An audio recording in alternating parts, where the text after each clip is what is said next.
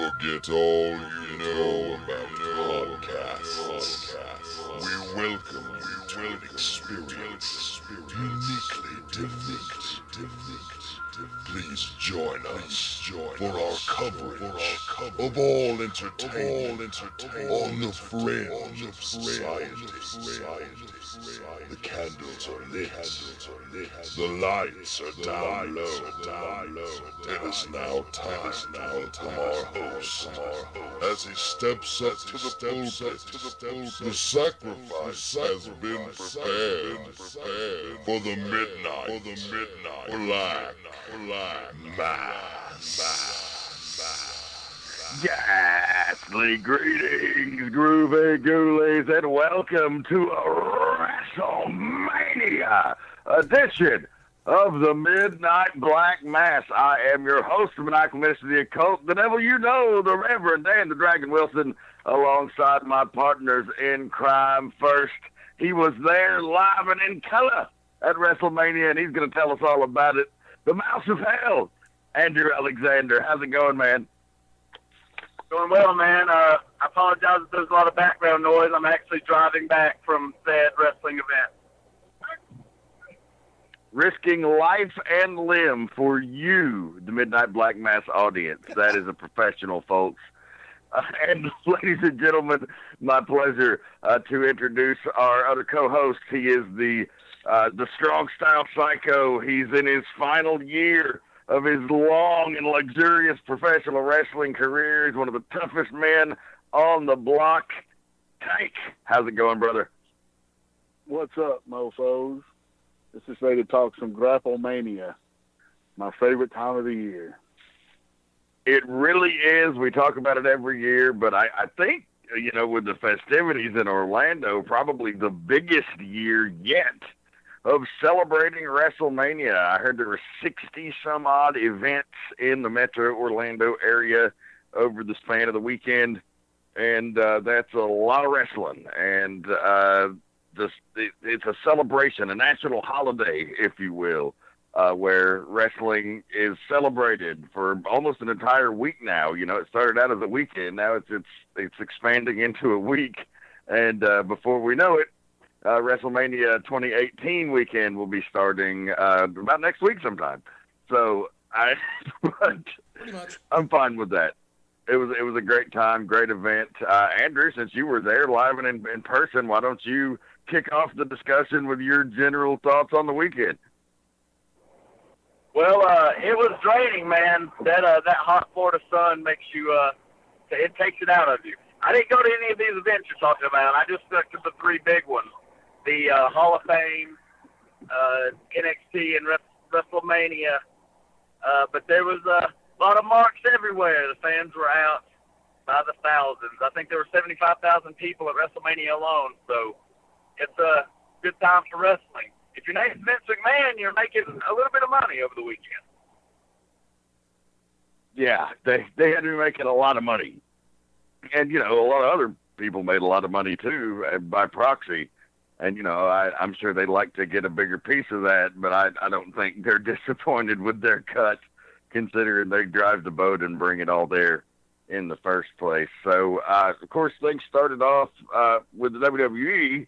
We won't even address the millions of independent shows that occurred. There was a lot of big happenings. There will be some runoff in the discussion about things that happened at WrestleMania that, you might have seen some of the impact on some of the indie shows that happened that weekend, but, this is mainly focusing on the big event and the festivities surrounding it. So, of course, first was the Hall of Fame. It was very long, like most, that seems to be the theme, but in a good way, because you didn't realize it was that long, but you look down at the clock and you're like, holy cow, it's midnight and we still have 2 inductions left. But great class this year, I thought. Of course, the Rock and Roll Express had a great speech. Jim Cornette's speech delivered as anticipated. Diamond Dallas Page had a great speech. Kurt Angle had just a marvelous speech. It was a good time. What did you guys think of the Hall of Fame? I thought it was cool. I didn't watch it Friday night. I kind of skimmed through it Saturday and Sunday, just getting the bullet points on it. I did watch Rock and Roll Express's induction, because I just love the Rock and Roll Express. I thought DDP was awesome. Rick Rude's son did a hell of a job taking the Hall of Fame, accepting it for his father. Best Phoenix was a little long, but it was good. Molly Holly looks like a little boy. They kept showing her. And Kurt Angle is just Kurt Angle, you know. I actually skipped through the Teddy Long one. I'll go back and watch it eventually. But like I said, I just wanted to watch the ones that were like main ones to me were, you know, Rock and Roll, Rude, and DDP and Angle. The rest of them were just kind of there, but it was cool. It was just, you know, I couldn't imagine sitting there for 4.5 hours. That would kind of get old.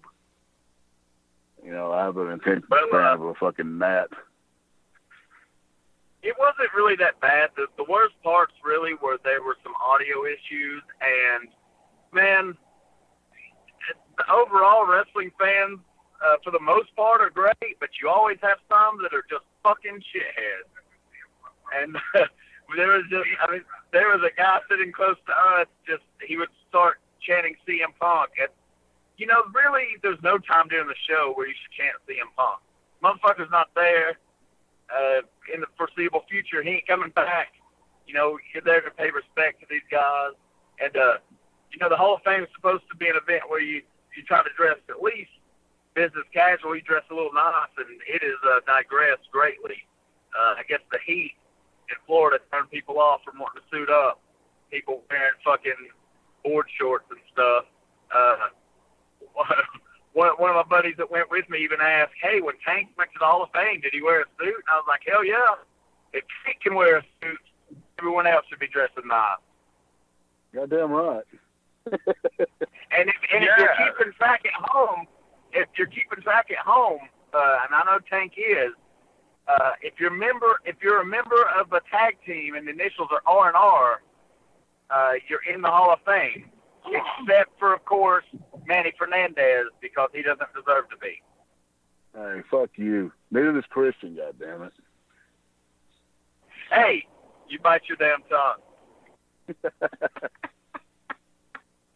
Yeah, that's unfortunate. I do, you know, recall when the Hall of Fame was just an industry event, and then they, you know, quickly realized, man, we can sell tickets to this thing and make a shitload of money. And so they did, and they are. But unfortunately, the byproduct of that is that people don't have the level of respect, or maybe it doesn't mean as much to the casual fan as it does to people in the business, or even the diehard fans of the business. So, yeah, like that really kind of sucks. Maybe they should at least introduce a dress code or something for the Hall of Fame to try to weed out the riffraff. Yeah, because you could just see on the broadcast, you know, there was more people in fucking Enzo and Cass T-shirts than there was, you know, people in, like, dress shirts. So, that's a little disappointing. We went to Atlanta. There was a lot of people in suits there. I was impressed with it. But, you know, now it's just like a mark out event. And then you got dipshits chanting stuff all damn night, and just sit there and shut the hell up. Let these guys talk. Respect them. Yeah, I agree. Yeah, I know. They showed Roman Reigns on the monitor one time, and people lost their fucking minds. Like, okay, it ain't about him, you know, like, you don't have to hijack the show. Well, the best part of that was Sami Zayn popping his head out behind him fucking laughing. That was the best part of that. Yeah, the event itself was awesome, though. I thought all the speeches were pretty good. Eric LeGrand, we really couldn't hear his live. I'm not sure how it come across on TV, but as far as everyone within the wrestling business, I thought it was one of the better ones. It was long, and drinks at that shithole building cost like $8, but overall it was a good time. Awesome. Yeah, I was glad to see Rick Rude's kid on there as well. We got to hang out with him and bond with him a little bit at the that Rome Fan Fest a few years ago down in Georgia. And what a really cool dude. He was really bright. had a good head on his shoulders, and cussed the stupid Mark out for badly imitating his father and punked him out in front of the entire locker room. And Rude Jr. is not even a wrestler, but he certainly certainly showed up like one that night. Who did he cuss out? Lex Lee. I didn't think you was gonna say it. I knew who he cussed out. That's pretty funny. That was you know, well, tell the story. I don't give a shit. Well, tell the story of why he cussed him out. He came out wearing like these pink tights and had like he was some champion, had the belt airbrushed on his fucking tights. He comes out to the old Rick Rude music. He does the hip swivel. They go out. They have the shittiest match on the card. They get in the back, and Rick Rude's son was just like, you know, at least if you're going to do my dad's gimmick, you know, have some abs. He goes, if you have no abs, he goes, you look like shit. And just commenced to just cuss him out, and it was great. And this kid's just sitting there in the powder in the corner the rest of the damn night. Good shit, you know. You know, and I don't know if Dan was standing there when he told us, but he said, you know, Rude's son said that, you know, Triple H told him he could have a job anytime he wanted at NXT. You know, come train. He doesn't have to. I think he said he was an accountant or something. I believe it's insurance. He works in insurance. Yeah. He makes a good living on his own. He has his own business, so you know, the hell with it. Why beat your body up when you don't have to? He's a big old son of a bitch, though. He's bigger than he was when we saw him in Rome that night. Yeah, he looked like he'd been in the gym. He'd widened. It was good stuff. And now let's talk about NXT TakeOver. And that show, I finally got through it this morning. I watched the entire event. Thought it was pretty good. You know, I was telling Dan last night, I think Eric Young's good as fuck. And, you know, even in TNA, I always thought he was good, but I think he's even better now with this little group that he's got. What do you guys think about Sanity? I think, like, Eric's great, and I think the big guy is great. Not so sold on the other two yet. I think they, from a development and presentation perspective, they need a little fine tuning. But I think it's good for him. Like, he's a great dude. He's very good friends with your former tag team partner, White Trash, actually. So I've ran into him at a bunch of functions up there, and he's always just really chill. So good to see one of the good guys in the business get an opportunity like that and really show off what he can do. You know, he'd been a long-standing guy for TNA who'd pretty much done everything they'd asked of him. So, you know, he said he was the guy that was a team player. And now he's doing something totally different than he's ever done in WWE, but it's working for him, and I think, you know, they fill a good spot in that roster right now. Yeah, I like them. My favorite one is Nikki Cross, the chick. I like her, man. She's crazy as fuck. She looks all dirty. I believe her. Like, I believe she's a crazy bitch, and that's the goal. But overall, I like them. I like the opening match. The 8-man was really solid. The show itself was solid. I think it was not quite as good as last year's, but it was still a really good show. Most of the matches delivered. I think there was only one flop on the show, in my opinion. Yeah, what would you have considered the flop? The second match, the debut of Aleister Black. I don't know. It just, and maybe flop's not the right word. I just didn't really enjoy it. I don't think a lot of people did. I'd say flop is a little harsh. What's up, Tank? I actually watched it this morning because Andy said it sucked. So I was like, oh, I'm going to watch it. And maybe it didn't play out on TV as bad as it may have in person. I think what's the guy that he wrestled? What the hell's his name? Almas or something? Ian Almas. Yeah, I think after watching it, after Dan, what he had told me, I think he was like, not sandbagging, but he was like really not trying to work with the guy to get the guy over. You know what I'm saying? He was just like, fuck, I'm just here to put people over. Fuck this guy. But that's just old bitter asshole in me. But after Dan had said something about it, I watched it. I thought Tommy End shit or Aleister Black, I thought his shit looked pretty solid. His kicks were brutal. He's a legit tough guy, so I didn't think it was that bad. It wasn't great by no means. I didn't think it was too bad. I've seen worse. Yeah, I wouldn't call it a flop. When you compare it to the rest of the show, it kind of sticks out as not on the same level.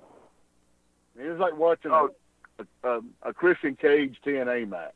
It was all right. Yeah, I just didn't think they were on the same page. You could tell there was definitely like communication wasn't right. Like something was amiss. But I think Aleister Black's whole like presentation and the entrance and even the offensive stuff he did all made him look like a star. So it might not have been what they were going for, but I think it ultimately accomplished its goal.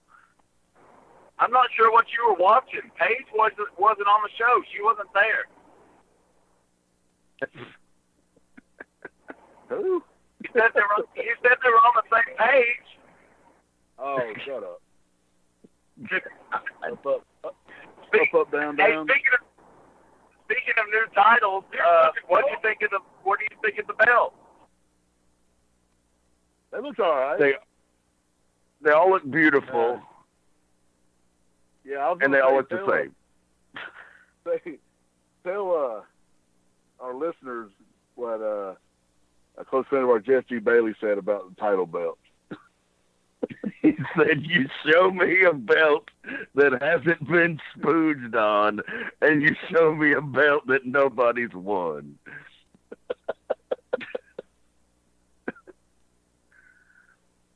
Oh my God! Talking about Paige and the spooge NXT Women's title. What was the next match? The three-way tag title match, which I thought was just badass. I thought it was great. In my opinion, out of both shows, is my favorite match out of the TakeOver and WrestleMania. Is the story they told, the psychology behind it. You just don't see it too often anymore, So, 2 thumbs up from the old tanker over here on the Revival and Authors of Pain and DIY match. Yeah, I really dug that one as well. They all 3 teams showed up and brought something different. Like NXT doesn't do a lot of that multi-man stuff. They tend to book everything very straight. So, you've had the feud with DIY and the Revival, and they did a lot of callbacks to that, and ultimately made the Authors of Pain look like true monsters, and so set them up nice for their title run moving forward. Yeah, and they did it a lot different. You see a lot of times some guys will work together to get rid of the bigger guys or the threat of the match, but that is usually very short-lived, and these guys did it for a majority of the match, and it was very different, but it was very smart.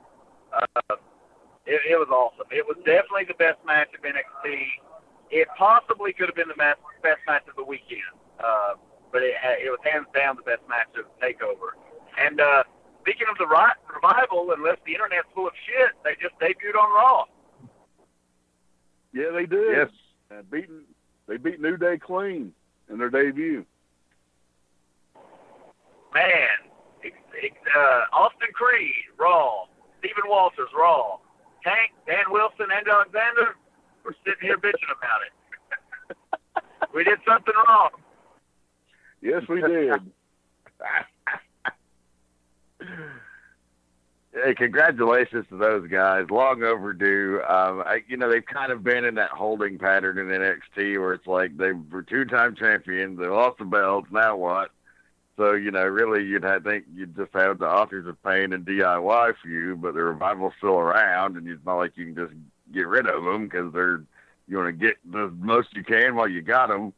So it ends up being a three-way, but now they finally get called up. And, I hope they get to show what they can do and they let them do their stuff because it's different from everybody else on the roster. And if they do their own stuff, it's going to get over. If they try to make them go out there and get over in 4-minute matches every week, it's going to be hard.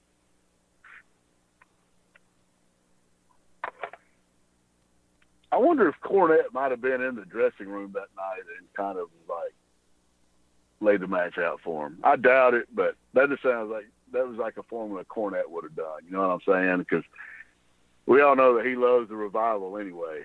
And I popped for a picture that was floating around on Facebook and Twitter of the Revival and Cornette. And I was like, man, if he just came out with him in one night, that would be fucking awesome.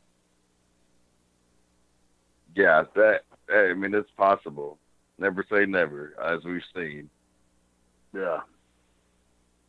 So, yeah, good for them. That was a great match. Women's title was a great match. I love what they did with Asuka, pretty much having her mow over people, and then the one like babyface challenger that gets her on the ropes, literally and figuratively.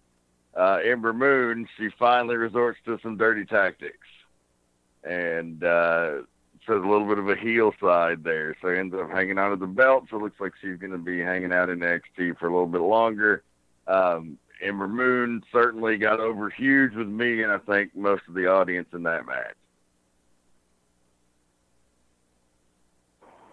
Yeah, I didn't enjoy the matches most people seem to have, but I just think it's kind of a bad call to start to turn Asuka heel. And I don't think Ember Moon, she's very good, and she'll be even better with just a little bit more time. But I don't think she's on that level that the matches that like Asuka, Bayley, and Sasha, Charlotte, all of those ladies had. But there was nothing wrong with it at all. It was really good. I just don't think it was on the level that we kind of got used to seeing there for a while. I liked the match. I thought it was entertaining. Andy knows I like the Asuka chick anyway, and the little bit of heelish shit there at the end. Are they turning her heel, or is that just a champion trying to hold on to her title? You're the champ, babyface or not. You got to do everything you can to hold on to the title. Maybe that's the story they're going with. I don't know if they're going to turn her full-blown heel or not, because there's really nobody else for her to beat the hell out of unless they're going to do run an angle with those two. If you had to pick, Tank, for Asuka or Ember Moon to sit on your face until you suffocated, who would you go with? I'm going to go with Asuka. Yeah, I knew you would. You like it sideways, huh? Yeah. Almighty. While she does that, Jax can give me a fucking bonsai drop at the same goddamn time.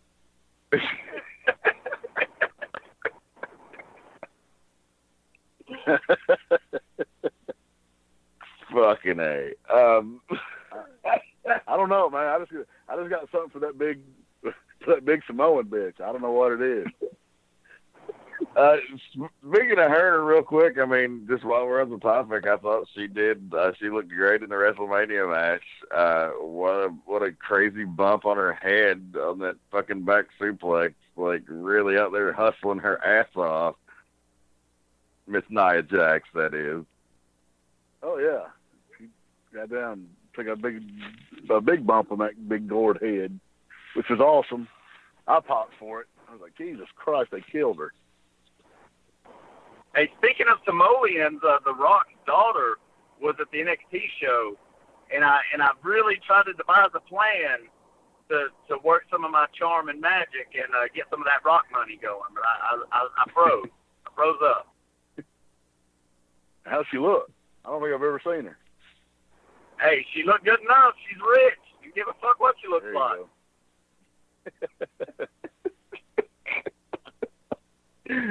Oh, this motherfucker. And then we had the NXT title match, Bobby Roode and Nakamura. You think that was Nakamura's way out? Lost the title, lost the rematch, so really nothing else for him to do either. Well, he'll be on SmackDown tomorrow night, or Raw still got another hour to go. So I guess we can see. I didn't watch it. Yeah, I think he's done. Do it. I think he's done, Nakamura. Yeah. Yeah, I'm sure he'll be on. I expect him to be on SmackDown tomorrow night, but I thought that match was really good, really solid.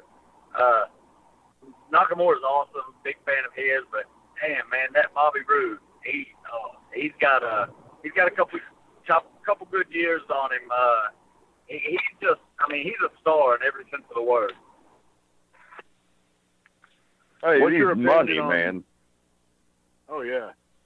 What's your opinion on them re-signing Drew McIntyre or Drew Galloway? I don't know what the hell they're gonna call him. Back to NXT. Well, I'm excited about that 3MB reunion.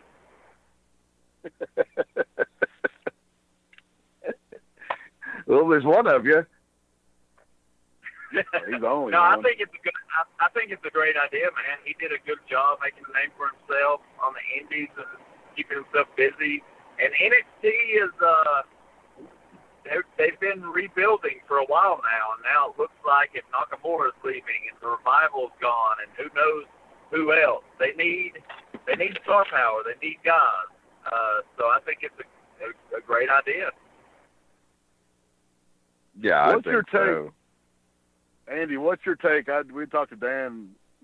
We talked about it last night on. I mean, you think Chris Hero or Cassius Ohno, what the hell they're gonna call him, could be a big breakout babyface, or you think he's just gonna get lost in the shuffle?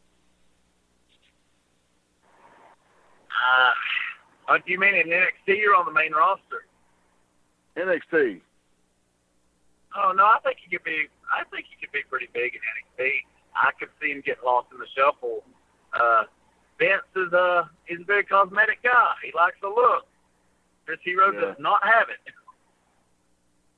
Yeah, I don't see I him was getting shocked. out of NXT with that physique currently. Like, I mean, it's just, it's a shame because he's probably the best worker they have signed in many ways. But it's just like Andrew said, you know what Vince likes. It's going to be hard to sell him on that. But I think in NXT, no, I don't think he gets lost in the shuffle at all in NXT. I think, especially to the audience they kind of play to, he's I wouldn't say a godlike figure, but, he's highly respected and in some ways is maybe a godlike figure to some of those people. So, yeah, I think it's a good pick. And, hell, he could ride out his career in NXT, probably making decent money as a star they know that's not going to go anywhere. I wonder if they told him to wear that shirt that night. They're like, don't go out without a shirt. Because he's wrestled in the shirt every time since he's been back that I've seen. He's wrestled with that jersey on. Right. I haven't watched NXT in a while. I've seen pictures of like house shows and he didn't have a shirt on, so I didn't know if that was just like something new. Learn something new every day. Anyway, I think Chris Hero is awesome. There's a difference in the shirt he wore at TakeOver and the shirt he was wearing, though, because the one he was wearing was tighter and it was white. It was not flattering at all. Okay. So I think they may have to change it up a little bit. I mean, he's an awesome guy. I mean, we worked with him at the Phoenix City Invitational. He was amazing in the ring, a great dude, and I hope he's very successful. But he's very much behind the eight ball as far as main roster push goes. Oh yeah. And maybe he's not there to go to the main roster, maybe he's got designs on being a mentor type guy that ends up maybe being a coach or transition into behind the scenes. Maybe he knows that Vince, but then again, you would have never said Kevin Owens would have got a look on the main roster a few years ago. There's old Bray Wyatt. I mean, even though, he looks like a big badass, it's just not the physique that they used to push.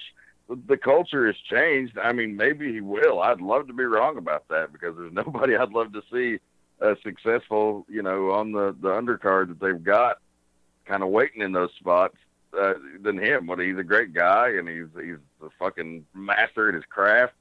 It'd be awesome. But, history's not working in his favor is what we're saying. Hey, let me ask you guys, since we're about halfway through the show, Are we wasting time talking about WrestleMania, or are we going to skip to the tearjerker? No, we're not wasting time. We can talk about whatever you want. I'm kidding. WrestleMania, I'll just go ahead and say it. I thought it was awesome. It was definitely the best one I've ever been to, including that one that I was booked on in the main event segment. You may remember that. But it's the best one I've seen live, and I think it was one of the better ones in the past couple of years. It really was. It was fantastic. I mean, the whole setup was awesome. I mean, they shelled a shitload of money into that set. I mean, the 80-yard ramp was fucking ridiculous, and we were all like, yeah, Taker ain't gonna walk that shit. He came up halfway up, so I was like, yeah, he's fucking smart. Hey, you have last match, I don't feel for a ramp like that, Hank. Fuck that. You put me on a golf cart. Did you have a problem with the lights? I've seen a lot of people bitching on social media about their seats and the way the lights were shining in their face and they couldn't see the ring at all. I did not, but three buddies I was sitting with, they did for some reason. I guess I just wasn't sensitive to it. I mean, I see what people were saying, but it didn't particularly bother me. Of course, I had to watch the screen most of the time because the huge corner post that they used for the setup above the ring kind of blocked our view. So I was watching the screen a lot of the time. But yeah, I get what people were saying. But I mean, it seems a little bit avoidable if you want a nice setup like that. Mm-hmm. Like all the pictures I saw was just one big fucking blue light that was just shining the whole goddamn time, and people were just whining. And I guess I'd whine too if I spent a couple $100 on a ticket and couldn't see shit. But you know, the Mania that I went to, it was just cool to be in the building. You know, and hell, I watched the screen most of the time then any fucking way. It seems like they would have focused a little less on production and a little more on keeping the maggots out of the ring. Yeah. It was a marvelous set. How did that look in person? The fucking, you know, the shit they were showing in the ring, like when Orton was laying there or whatever.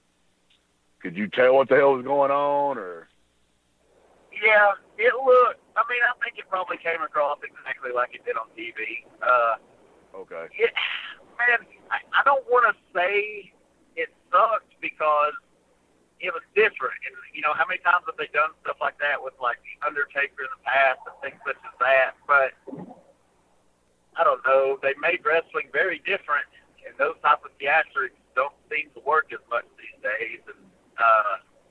And then to do all of that, Bray to still lose seems very weird. It was kind of I would definitely say it was the biggest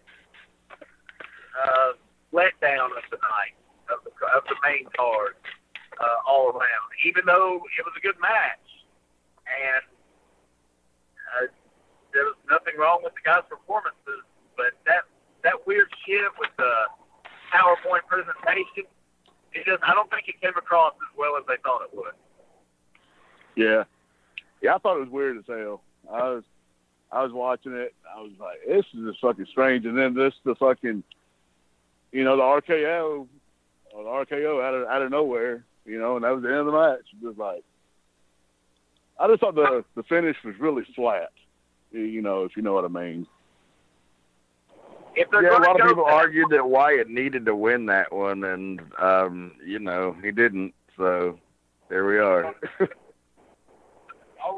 If they're going that far with that type of stuff, why didn't they just have Sister Abigail crawl out from under the ring like that bitch on the ring? That shit would have been crazy. It would have been as ridiculous, but I mean, fuck, if you're going to go all the way. I did like Seth Rollins' entrance, you know, where he came out with the big torch and hit it on the ground and the flames went down the ramp. I thought that was pretty friggin' neat. Yeah. that was pretty badass. The thing I loved about this show is there wasn't necessarily that like one classic technical match like a Savage Steamboat or a Bret Hart Shawn Michaels or what have you. But it's all about great WrestleMania moments. And I know they harp on WrestleMania moments, but as much as they harp on WrestleMania moments, they haven't created very many organic ones over the past few years. The ones they've done have all been very forced and manufactured. And this year they really had a bunch of like organic, well-placed, like true WrestleMania moments that, some of which will be forever remembered. Hey, speaking of which, if I was booking, I would have Cena scoop up that Nikki Bella and drop her with the AA right in the middle. Big heel turn. Hey, that shit was cool. It's no Randy Savage Elizabeth WrestleMania 7, but that was a nice thing. That made all the girls cry. Oh yeah, they had everybody hooked on that. I mean, there was a shit ton of great stuff on there, but I texted both of y'all last night. I didn't say it was my favorite. I just thought the match fucking ruled. I thought Goldberg and Lesnar was fucking awesome. The best 4 minutes fucking you'll ever goddamn see. Hey, I really agree. was. I don't think you could have put that together any better. It was damn near perfect for what it was and what it should have been. But the finish, of course, was huge. But man, the Hardy Boys stole that shit. Oh yeah. They didn't seem to be too broken to me. It was still the most over thing of the night, all around. Even though a lot of people were expecting it, and I think they would have shit all over it if it didn't happen. So definitely glad that it did, and they did a hell of a job, man. They clearly still have it. They had a big ladder match just the night before, but that crowd was insane. It was a fun to be a part of for sure. What a feel-good moment for those guys, after getting kind of dicked over in their contract negotiations. And, it was expected that they were going to show up here, but they did a little bit to try to throw people off the trail, like emphatically denying that they'd signed a deal or anything like that. And even in WrestleMania weekend interviews, you have to do that now, unfortunately, to keep anything a surprise. So, I think there was doubt until they actually came out. I think a lot of people thought the New Day might join the match right there. But, when the Hardy Boys came out, that old music played, dude, yeah, the place there went nuts. Every place that was watching it at home went nuts. It was a pretty legendary moment. Yeah, it was good shit. I mean, I was just the whole, working for Ring of Honor the night before, losing when they lost the belt Saturday night. When I'd read the results, they lost the Ring of Honor tag titles. I was about 90% sure that they were going to be there in some way, shape, or form. I know they were going to be in a match. I thought they might have came out and fuck somebody over in the match, but I didn't know they were actually going to be in it, and win the fucking tag belt.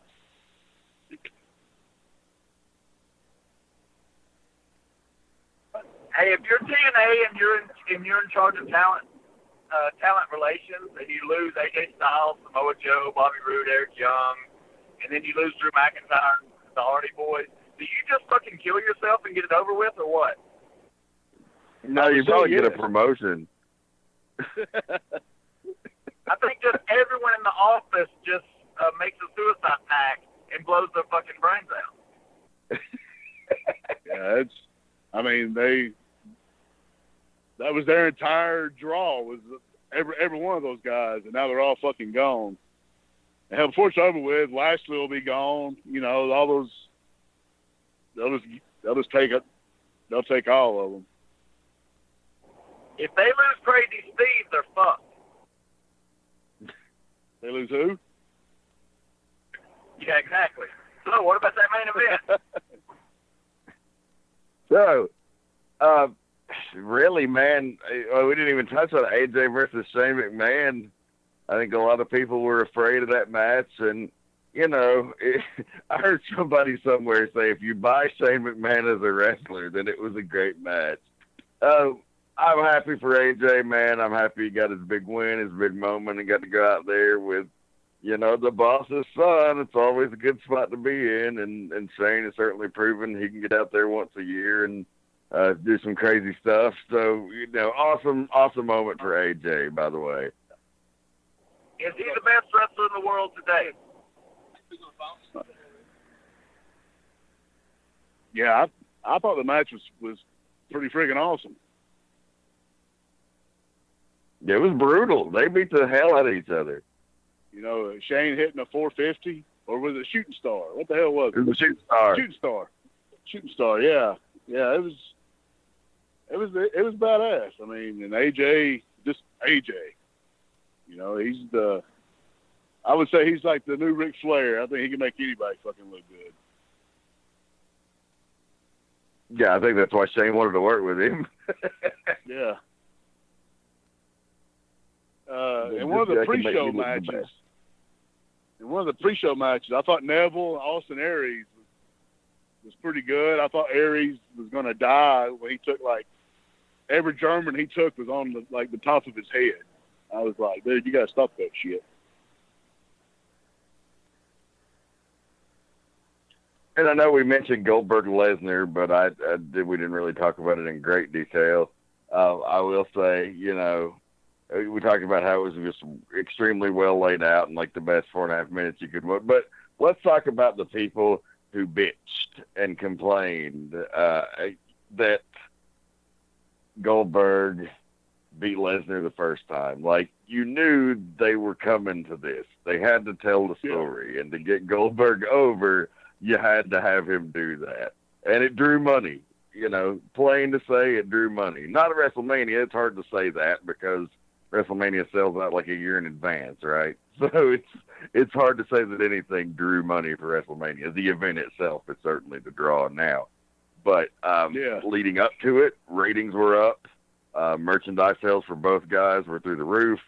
There were quantifiable numbers that showed that it was a boost to the company. That program was a boost to WWE, and it made them money. So hard to argue with that, in my opinion. You can kind of see why they did it. Oh yeah, I just thought that's what a sprint is supposed to be about. Bam, bam, bam. Big move. He hit the spear. No sold the three Germans, hit the spear. I mean, I was sitting there watching on my phone at my job, and hell, I was in there popping like hell. Oh my God, that was fucking awesome. And then the spear through the damn barricade, which I thought Goldberg was fucked up because there was a piece of steel hanging out of it. I was like, damn, somebody's gonna get jacked up. And then the 10 Germans after that, and I will say Lesnar took care of Goldberg. Man, he could have thrown him all over the place. He was doing those little. They were Germans, but they weren't real dangerous German suplexes. He could have. There was no high arches in those. It was just I'm just gonna throw you back. Just tuck your chin, kid. It was one of those. Yeah. And Goldberg showed up with his working boots, man. He usually don't do a lot, but he brought the level of effort he brought in that DDP match back in '98. Yeah. That was Andy gone? No, I'm alive. Okay. I'm no dead man. And the SmackDown women's match was there. I just kind of skimmed through it. What'd you guys think about it? I mean, it was cool. Naomi won the belt. She's pretty over. Yeah, it was short. I mean, all the girls got to kind of get in there and show their best stuff. So I didn't think it was bad. It was what it was in that spot to give you a little bit of a breather before the main event. But nice moment for Naomi. I thought the Raw women's title match was fantastic, as we mentioned a little bit about that earlier. It was. You know how I feel about Naomi, man. Oh yeah, she's a little milk dud. Oh yeah, I love her. She's my favorite. All right, so Andy, you and your compadres, did y'all get there at 5 o'clock for the beginning of the pre-show and all that shit, or did y'all miss any of the pre-show matches? Nope, we saw 100% everything on the card in its entirety in that hot sun. You were there for 7.5 hours. Yeah, except for Pitbull was a piss break and or a drink break. But yeah, overall, if it happened, we saw it. Yeah, and WrestleMania is going to be 12 hours next year. It's going to be half a goddamn day. Yeah, they're going to start it at noon. It'll be over at midnight. But it looked like close to the end of the night, the wind was blowing pretty good. So, so you've been out there in the sun all day and you're sunburnt, and then that wind kicks in. You get some fucking chills all the rest of the goddamn night. Yeah. That shit's fun. Been there, done that. Yeah, the weather, the sun and everything really wasn't that bad. It was the day before and getting there and walking in, and then you finally get down, seated, and you're there for another 7 hours, and your energy is drained, and you're cheering, you're trying to get into the show and stuff. So I mean, it's awesome. I understand if you're not a wrestling fan how it'd probably get a little aggravating. You'd be ready for guys to take it home, but I can't complain, man. It was a good show, and for people to be into it at the end tells how hard those guys were working and how good the show and the production was. So people were into shit, man. I mean, there were some matches that they would sit on their hands a little bit more, but overall they stayed into, especially all the important stuff. Now, what about Mojo Rawley winning the Battle Royal? What was your take on that? Didn't give a shit. I don't think anyone gave a shit. I mean, if you're a football fan, I guess it was pretty awesome.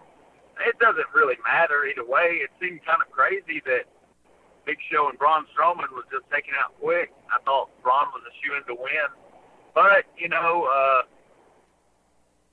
that'll get them a lot of press, a lot of media attention. They love that. They love to be accepted in the mainstream. So, I mean, overall, it doesn't really matter. Yeah, my favorite be part big of for the the guy. Go ahead.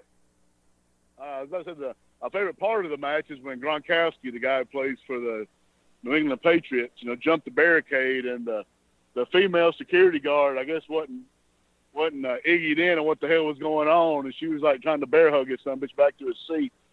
He's about 6'5", 6'6", and there wasn't much she could do. And the rest run over there, and they're like, "Hey, this shit's part of it, bitch. Go sit down some damn way." I got a kick out of that. I thought that was kind of funny. Didn't Iggy the security? Yeah. And you think they'd take a hand? I think they made a deal. They told Jinder Mahal if he could pass a piss test, he could go over in the Battle Royal. And you see how that went. Yeah. Yeah, he's a jacked up son of a bitch, isn't he? So now we're going to go to the main event. Taker, Roman Reigns. The match was, Undertaker, he's just broken up, man. He's broken down. He's beat up. And the whole retirement deal at the end, when he took his gloves off, I was like, he's just going to leave his gloves in the ring. So when he took everything and then went over and kissed his wife, I was like, that's very uncharacteristic of, Undertaker and his whole character. He's always in character. I was like, yeah, this is it. And that shit got to me, man. Big time. How much did you fucking cry? I didn't shed a tear, but I had the goddamn quiver lip going on. God, if there's one thing I can't stand, it's to see Tank cry. It's the most heartbreaking thing ever. It was emotional. God dang, man, the Undertaker is, as far as my wrestling fandom, a giant part of that. As we all remember his debut, we're all from the generation of guys where we saw his entire run, from start to finish, and is a guy that took a gimmick and just turned it into something special and became this iconic fixture of the business. And then you get into the business and you learn about the Undertaker's like the locker room leader, and everybody, shit's got to go through him for it to be cool. And, you just learn the level of respect everybody in the business has for him. And then you get to go up there and see it in person. It's a huge moment. That's a huge, huge moment that will never be forgotten. They will be playing that at WrestleMania 75. Oh, yeah. What was your take on being there? I mean, when he was doing all that there, Mr. Alexander? It, man, it was shocking. I think I was just in denial. Like, it seemed kind of obvious or very possible that it was going to happen.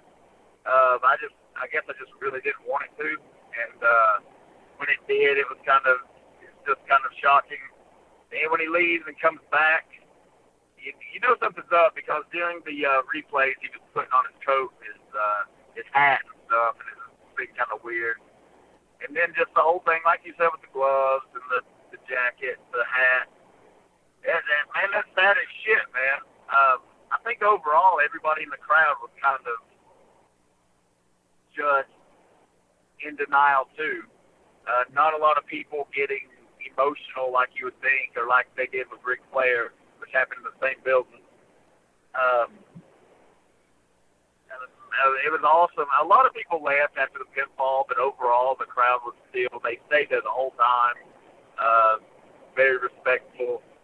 A lot of chants and thank you, Taker, and that sort of stuff, which was cool. But yeah, man, kissing his wife, breaking. I can't recall him ever breaking the dead man character at all. No. So seeing him do that was crazy. But then the hardest part for me is when he put his hands on his hat and he could seem like exhale, like it was really hard for him to do, and he took it off. Oh God, that shit was hard to watch, man. And like Dan said, man, 1990, 27 years. That's fucking crazy. 27 years. That's like a quarter of Tank's life. Yep. There's a goddamn Chattanooga choo-choo. Yeah, man. Yeah, go ahead. I noticed the same thing, when he, took the hat off and he laid it down, and like you said, it's like he didn't want to take his fingers off of it. And that last little breath that he took, I was like, oh, fuck. This is real. And then the going over there and like, if you can watch it again. Now, I guess that's his child over there too, because she says something like he kisses his wife, and the little girl says something, "Daddy." And you're just like, fuck. That just makes it even worse. having kids and just hearing that word "daddy," that'll get to you. So, now you get to share the year of retirement with The Undertaker. So 2017 goes down as the year we lost two of the best big men of all time, in my opinion. Just one good big man and me. That's, shit, he's stealing my thunder. Nah. Just kidding. Nah, man, it was hard, man. It was cool, but it was also hard to watch too, just because how of a big of a fan I was of his and what he meant to just wrestling in general. He was the man. It was too sad. I'm not coming to your retirement. Say what? It was too sad. I'm not coming to your fucking retirement. You get that Tank quiver lip going, I'll lose my fucking mind. Don't worry. I'm sure that son bitch will be quivering. Yeah, gonna be more than that. But like like the Undertaker, going out on your own terms. You know, he didn't get retired, didn't get crippled, he didn't get shamed out of the business. You know, he went and put another future star over on the way out. Well, not a future star, I mean the current star. You know, the Undertaker is, you know, been a nostalgia thing for a few years now, but like it means the same. It's huge. Made Roman Reigns, if he wasn't already, the biggest heel in the business, but you know, they just should run with it. So they're going to, I mean, you think they're going to try to keep, you know, they want Reigns to be a babyface. The crowd's going to turn him. You know, are they shooting for Reigns, Lesnar next year at Mania? Lesnar hold the belt a whole fucking year? Or, you know, what do you think future plans are with that? I don't know, man. Because have y'all noticed that people don't like Roman Reigns? Have y'all picked that up? Because people really don't fucking like that guy. And it's no better now.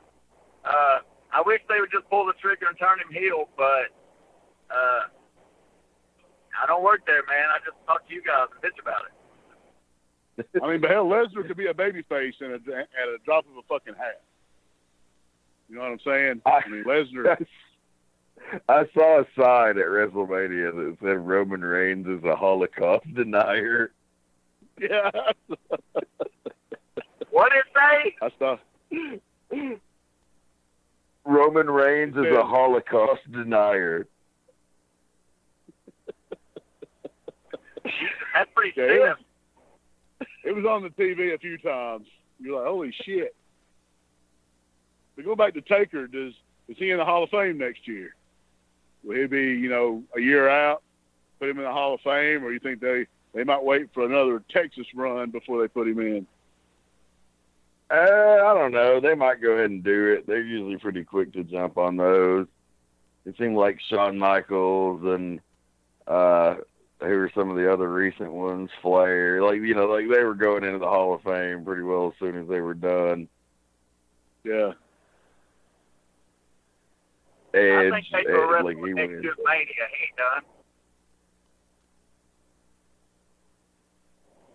I'm still living in denial. Well, he's going to wrestle as the American Badass next year at WrestleMania, and then he's going to lay his motorcycle down in the middle of the ring. Yeah, the Undertaker's retired, not fucking Mean Mark Callis. Not Booger Red.